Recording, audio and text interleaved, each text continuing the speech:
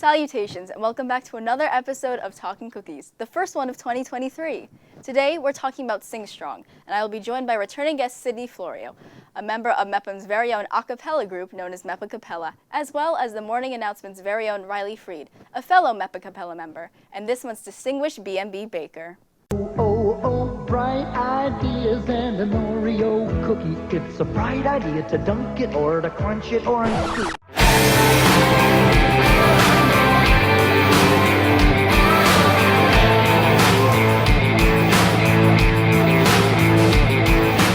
Today, we're chatting with Sydney Florio, who's returning to the Talkin Cookies set after her first appearance in our Midsummer Night Stream episode from way back in 2021. So, welcome back to the show, Sydney. Thank you for having me. Thank you for being here once again.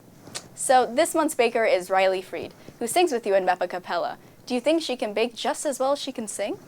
Well, I know she's a great singer, and I've heard great things about these cookies, so we'll find out soon. All right, so let's find out for certain in this month's Baking Cookie segment.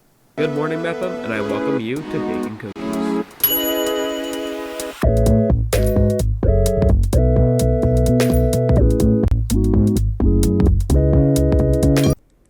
Hello and welcome to Baking Cookies. I'm Riley Freed, and I'm showing you today how to make sugar cookie butter bars. So good. Before I even began baking, I needed to go to stores to get supplies. So first we went to Trader Joe's because they obviously have the best cookie butter. There was no cookie butter left. They were completely sold out. It's whatever. We ended up leaving, and we went to Stop & Shop instead. Stop & Shop had plenty of other options, including this delicious Biscoff cookie butter. We got all of the rest of the ingredients as well, and ended up going home with the perfect ingredients in order to bake this delicious cookie.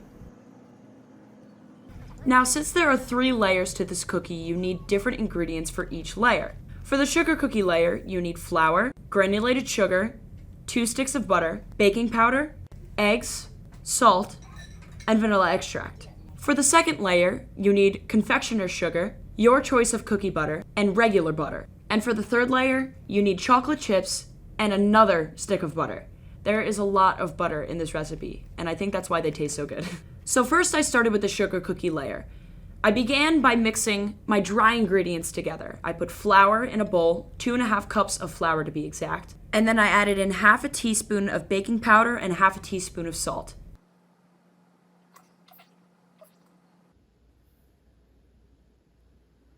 Then I whisked it all together and put it off to the side. Then, in a separate bowl, I mixed together 2 cups of granulated sugar and butter together until it was combined.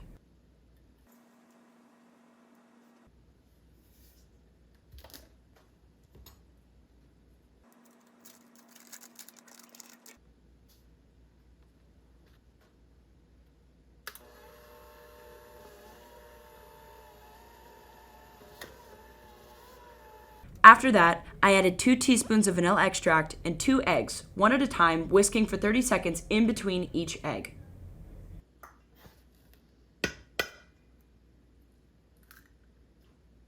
That's what the mixture ended up looking like.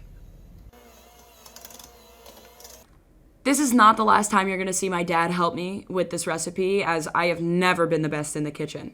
With his help, I combined my dry mix with the rest of my cookie dough mixture in order to create the actual dough. I had to give it a little taste once it was finally combined, and oh my gosh, it was delicious. It was so good. Then I pressed the dough into a well-oiled pan and gave it to my mom to pop it in the oven.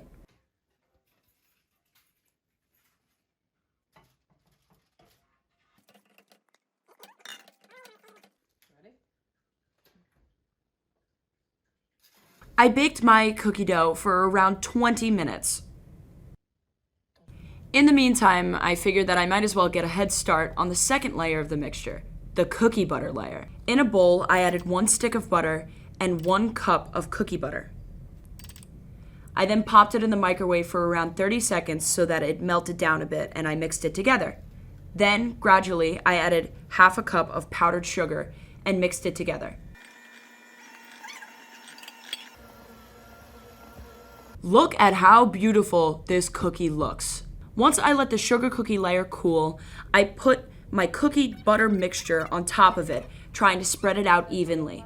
and then I put it in the fridge for 30 minutes. Towards the end of that 30 minutes, I started on my third layer, the chocolate ganache layer. In a pot, mix together 1 stick of butter and 1 cup of chocolate chips until it forms a ganache.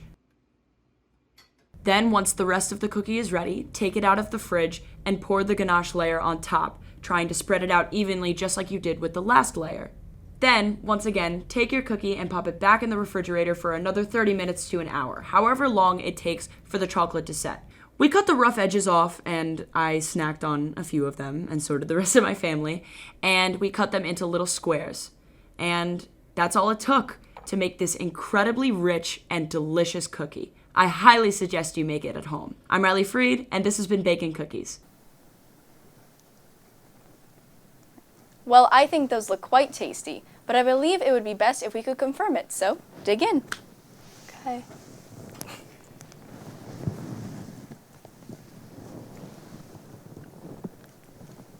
Oh wait, they are really good. I'd agree with that sentiment. Very good.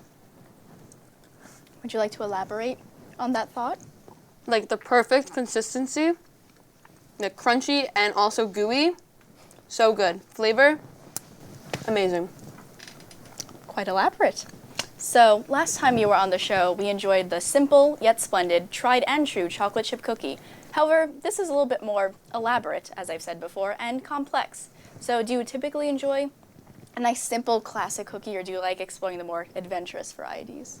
I feel like it depends on the mood I'm in. Like sometimes I can always go for a chocolate chip cookie with a glass of milk, but these are really good. Like I could eat these any day of the week. Yeah, I'd say so. These are a lot of fun, all the different textures and layers. Makes for a really fun bite. So, what would you say is typically your favorite cookie? The other day I went to Chip City and they had a brookie cookie, and I think that was the best cookie I've ever eaten. Do you think a brookie counts as a cookie? It's kind of like a I don't know. It was like mutation. Yeah, I guess it's like a hybrid cookie. Hybrid cookie. Definitely tasted very good. All right, I'll take your word for it. So, we all know about cookies, obviously, but something we aren't all necessarily acquainted with is the Sing Strong competition. So, could you please give us a quick summary of the event? Yeah, so Sing Strong is an acapella vocal competition where not only do we compete for awards like Best Soloist and ranking first, second, third, but we also do workshops with professional singers, and we basically just gain more knowledge about singing as a group. Oh, it sounds like a lot of fun and like a really great opportunity as well. Yeah. Nice. So, last time you participated in the event was way back in freshman year. So, how do you think you've changed as a singer from freshman year to senior year? And what knowledge are you able to bring into Sing Strong this year that you gained from your first experience? Well, I definitely think since working with Miss Demetrio my freshman year, all throughout high school until my senior year, I've learned so much more about blending with a group, vowels, everything like about solfege, that I feel like in this new competition, I can really act as a role model for the other newer members who haven't been to a competition like this. And I think that knowing what to expect is definitely going to help us in competing with the other groups. Right. Solid answer. So, for all of the acapella enthusiasts out there watching to support Mephacapella, when and where is the Sing Strong event this year? The Sing Strong event takes place on Saturday, February 4th at Adelphi University. Nice. Definitely be sure to mark that in my calendar. So, do tickets need to be purchased in order to come to this event? And if so, how much would they cost? Yes, you can purchase tickets on the Sing Strong website. We are the Saturday 2 p.m. high school competition show, and tickets are $35. All right. Well, I can't wait to see it. I'm sure you guys will sound absolutely incredible as always. Thank you. No problem. So it was a pleasure having you on the show the first time, and even more of a pleasure the second time, Sydney. So thank you so much for joining me here today. Of course, thank you so much for having me. Thank you for being here. Can't say it enough. So again, I wish you all the best of luck, and I hope your Sing Strong competition this year ends on a bit of a high note. Haha, music puns. Gotta love them. Thank you once again for joining me on the show, and now we're on to the next segment. Smart Cookies. Hi, I'm Claire Arnott from Quiz Bowl Club. This month's Talking Cookie question is, which early empire had a calendar that consisted of only 10 months? Riley Freed, a well-known and well-established member of B&B's on-air talent and producer of the B&B's film festivals, is joining us today to talk cookies. So, welcome to the show, Riley. Yeah, thank you so much for having me. Thank you for being here. So, to kick things off, can you please tell us what you've prepared today? I have prepared a sugar cookie butter bar. It's a mouthful, but there are 3 different layers. As I explained in my video of me baking the cookies, it's a sugar cookie layer and then a layer of like a cookie butter frosting with Biscoff cookie butter and then a layer of chocolate ganache. And they are so rich and so delicious. Wow, that sounds quite elaborate. So, would you like to dig in? I will take one. Nice. I will do the same. Yeah. They're really good. Yeah, I would agree with that sentiment. I like when you mentioned it was a mouthful because the recipe, to say it is a mouthful, but to eat it because of other layers is also a mouthful. Exactly. So it works out perfectly. Exactly. Yeah. Oh my goodness. Alrighty, so is this an original recipe of yours, or did we perhaps steal it off of a little thing called the internet? I did in fact steal it off the internet. I will confess that this is not my homemade recipe. I got it off of a website called Simple Joy. They have a lot of really good cookie and dessert recipes. If you want to check it out, I highly suggest. And this recipe was not that hard to make, and I'm terrible in the kitchen. So, you know, if you're bored and you want to make something delicious, then go check out the website. Goodness, I mean, I couldn't tell you were terrible in the kitchen. I mean, these are absolutely phenomenal. Thank you. Wow, might have to check out that website. All right, so is this one of your favorite cookies, you think, or would another one take top prize? I honestly have to say that I wasn't expecting them to come out this good, and I am very proud of myself, and I might have to say that this is one of my favorite cookies. It is just so delicious. Like, it's unlike anything I've ever tasted before. Like, I just go for simple, like, sugar cookie or chocolate chip cookie, but these are like really, really good, like complex and yummy. So I'd have to say that this might be my favorite cookie. Nice. I'm so excited you got to try this recipe then. That's so fun. All right, so let's shift from cookies to choirs. What are you looking forward to the most about Sing Strong after not being able to participate since freshman year? I'm looking forward to this aspect of like community that you build through Sing Strong. When I went as a freshman, before we went to Sing Strong, obviously I was close with the members of the acapella group because we practiced a lot and we spent a lot of time together. But after Sing Strong, we spent an entire day together building our ability to sing as a choir and to match pitch, match vowels, and kind of sing more as a choir instead of a bunch of individual voices. And as a result of that, we also just became closer as people, and I'm really, really excited to kind of gain that family element back with this choir. That was a really nice answer. Thank you. All right, so on top of participating in Mephacapella, you're also a dedicated student, a swimmer, and distinguished member of B&B, which is definitely a lot, but let's focus on the latter. So what's your favorite aspect of producing the film festivals? When I produce film festivals, I love being able to watch all of the creations that the students get to make. I think taking the prompts that get put out, the line requirements, the shot requirements, and the prop requirements, and seeing how each of the students are able to take that and make it their own, it's something that's really interesting to see and entertaining. I'm not even gonna lie, it's really entertaining to go through each movie and watch each one and then write a little blurb before each one and create some dialogue between the 2 hosts. It's a fun job. Yeah, they're definitely a lot of fun to make. They can definitely be like the highlight of a month's project. All right, so now to switch from behind the camera to on camera, what's your favorite on-air talent role across all of the shows you've ever appeared on? That's a tough one because I was in Midweek Update, I am a reporter for Around Campus, I am also sometimes a host for the morning announcements in general, and I'd say that probably Around Campus because I get the opportunity to talk to a lot of different people for a lot of different reasons, different events throughout the school, and I get to learn a lot more about what's going on in the school that I probably wouldn't have known before if I wasn't hosting Around Campus. So I think that's a really cool aspect of the job.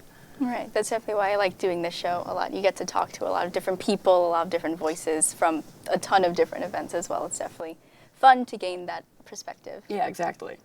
All right, so like myself, you're a senior here, and this is your 4th year of broadcasting. So would you say you have a favorite B&B memory that you'd like to share? I don't know if I have a specific memory that is my favorite, but I think my favorite aspect of these past 4 years is the ability to, even though it's usually a serious atmosphere with working a lot and doing a lot in order to produce these long shows or these shoots and stuff like that, I have so much fun with the people that I get to work with. I have created some really great friends because we spend long hours on shoots, we do fundraisers together, and we generally get to spend a lot of time together. And similarly to the idea that acapella is a family, B&B is also a family. I have made a lot of really close friends, again, that I never would have spoken to these people if I didn't get the opportunity to work with them on this really long shoot, or spend a night with them working on a project, or something like that. And so I love the fact that even though it's a very serious class, we get to joke around a lot, and we have a lot of fun with each other. And that's something that you don't get to have in a lot of other classes that have a higher workload. Right, and definitely, spending like all 4 years together with like the same people definitely helps to bring us all together. I think. Exactly, yeah. It's a lot of fun. Right, awesome. Well, Riley, thank you so much for stopping by today. But before we wrap things up, let's find out what the answer to this month's Smart Cookie segment was. Smart cookies, the answer.